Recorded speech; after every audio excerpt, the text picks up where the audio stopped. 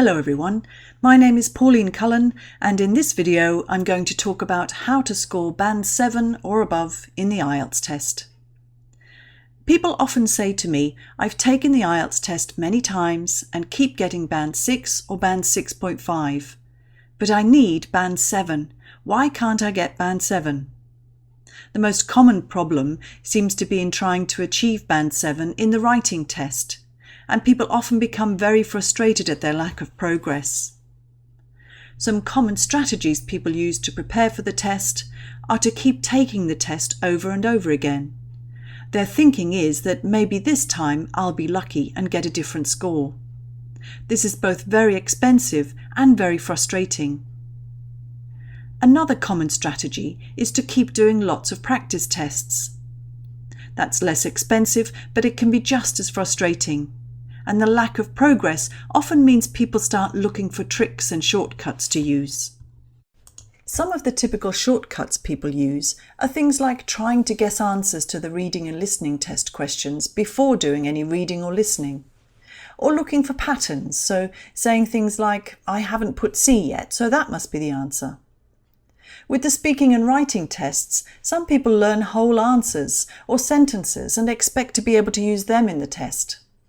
And there are many videos online telling you that you simply need to learn a special list of complex words or use certain grammatical structures to magically get a Band 9 score. Let's look at why these strategies don't work. Firstly, authentic IELTS test materials are very carefully written. You won't find silly options that you can dismiss easily using common sense. You won't find any patterns. The IELTS test is a gold standard for a very good reason, so you will not be able to guess the answer without listening or reading carefully. If you learn answers for the writing test, then you are guaranteeing that you will not score Band 7. In fact, you're unlikely to score Band 5 or more, depending on how much natural writing you actually manage to show. You can't trick the examiner into believing you are a higher band than you actually are. Some people believe complex language means producing very long sentences with as many long words as possible. The result isn't complex language, it's complicated language that's very difficult to follow. It's easy to see where this idea of complex language comes from. If you look at the official IELTS website or the IELTS exam booklet, then you'll see that a Band 6 candidate is someone who can use and understand fairly complex language, while a Band 7 candidate generally handles complex language well. So it's easy to see why people might think, that means I need to write in a complex way to score Band 7.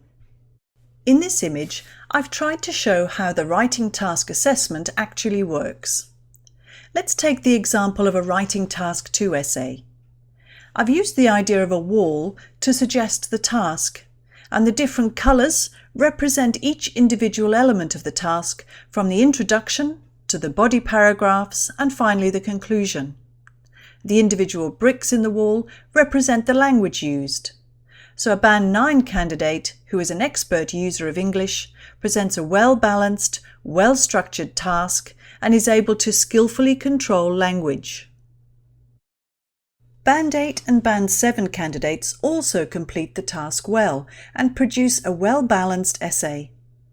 In the Band 7 answer, the structure is not always as successful as the Band 8 answer, and there are more language control problems.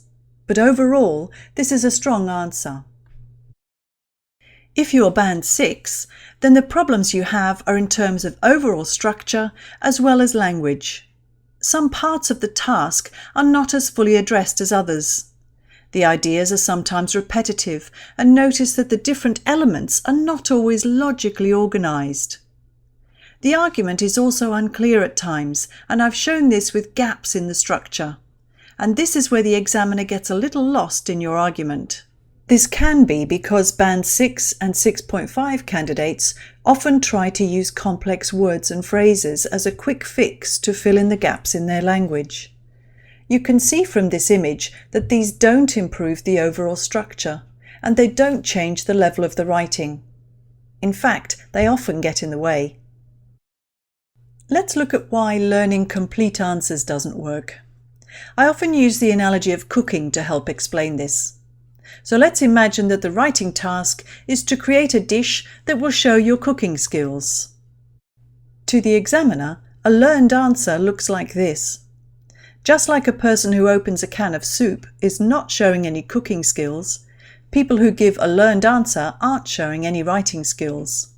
The examiner is an expert, and just as a chef would easily taste that this is soup from a can and not made from fresh ingredients, the examiner can very easily spot a learned answer.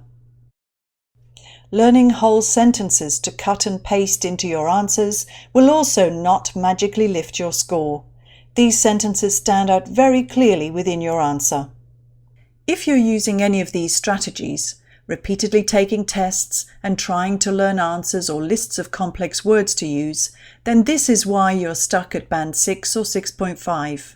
You're going round in circles and not making any real progress. You need to take a different approach. It's important to see IELTS like a GPS, telling you where you are in your language learning. The only way to make genuine progress and increase your score is to improve your language skills. So the first thing I recommend is knowing exactly what language skills you're being tested on. You need to know which skills are being tested so that you can master these skills. There are many different question types in the exam. In the reading test, for example, there are 11 different types, each testing a different reading subskill. You have to get more than 30 out of 40 questions right to get a band 7. So you'll only achieve a higher score if you've mastered the different reading subskills that are being tested in those questions. I wrote the skills section of the official Cambridge Guide to IELTS with this in mind. There are a total of 28 different units showing you the different skills being tested in each part of the test. The second thing that I would recommend is to learn language, and it's a good idea to begin by thinking about your own language. How do you communicate in a precise and accurate way in your language? That is what IELTS is asking you to do in English. Think about different tenses in your language. How do you show when something happened or is happening? How do you show that ideas are connected to each other? For example, how do you show that two ideas are similar or that there is a contrast? Thinking about your own language will help to form a strong foundation for your language learning.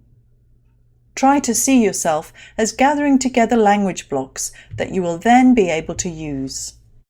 But it's important to know which language blocks to learn, which to use when, and which words go naturally together. I've written 2 vocabulary books for IELTS. These look at vocabulary connected to different topics and teach you the words in the context of IELTS reading and listening texts, and then show you how to actively use the words in the context of the speaking and writing tests. Another of my books, Common Mistakes at IELTS Intermediate, looks at the most common mistakes made by IELTS candidates at bands 5 and 6 in the writing test. Just how important is vocabulary for band 7? Well, it's important to see vocabulary in 2 ways. Your passive vocabulary is the vocabulary you can understand in the reading and listening texts, and this is usually the greatest. Your active vocabulary consists of the words you are able to produce fluently and accurately in the writing and speaking tests, and it's generally a lot smaller than your passive knowledge. And that's why you sometimes struggle to remember a word that you need in the writing or speaking test. The public version of the IELTS band descriptors tells us that for band 7, you need to have a sufficient range of vocabulary to allow you to be flexible and precise. This means that no matter what the topic is, you have sufficient vocabulary to explain your meaning with some precision and accuracy. A lot of people try to learn the academic word list when they're preparing for IELTS. The academic word list was produced by Dr. Avril Coxhead of Victoria University in New Zealand. It's a wonderful resource that's freely available online. Avril's list gives the words most commonly used in academic writing and organises them according to their frequency. It's an excellent resource for English for academic purposes and for the listening and reading tests, and I highly recommend it. However, the list does not cover normal everyday topic areas, and this is what the IELTS test will ask you to talk about or write about, often in an abstract way.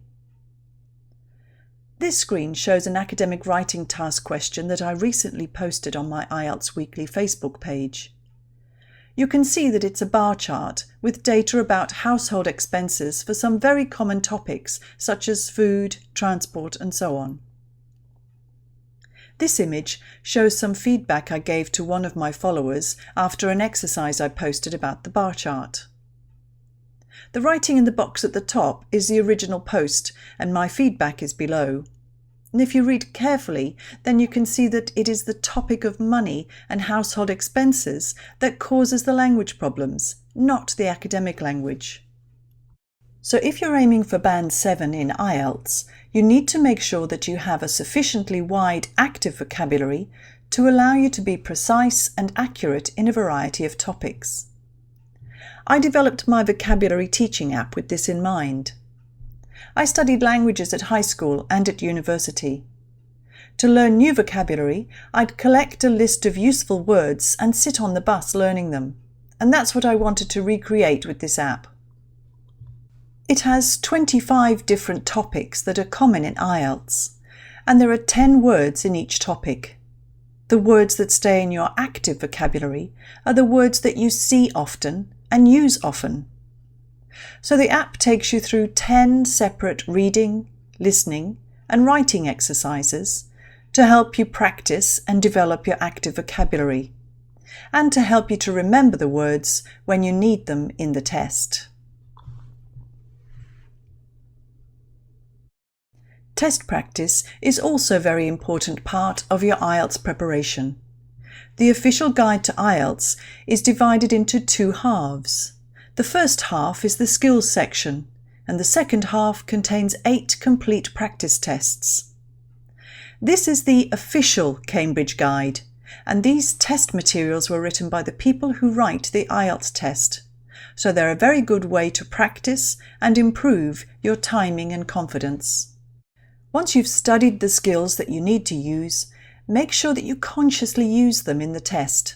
Don't fall back on bad habits in a test situation. It's especially important to communicate clearly and naturally in the test if you want to achieve a Band 7 score. So remember that complex language is not the same as complicated language.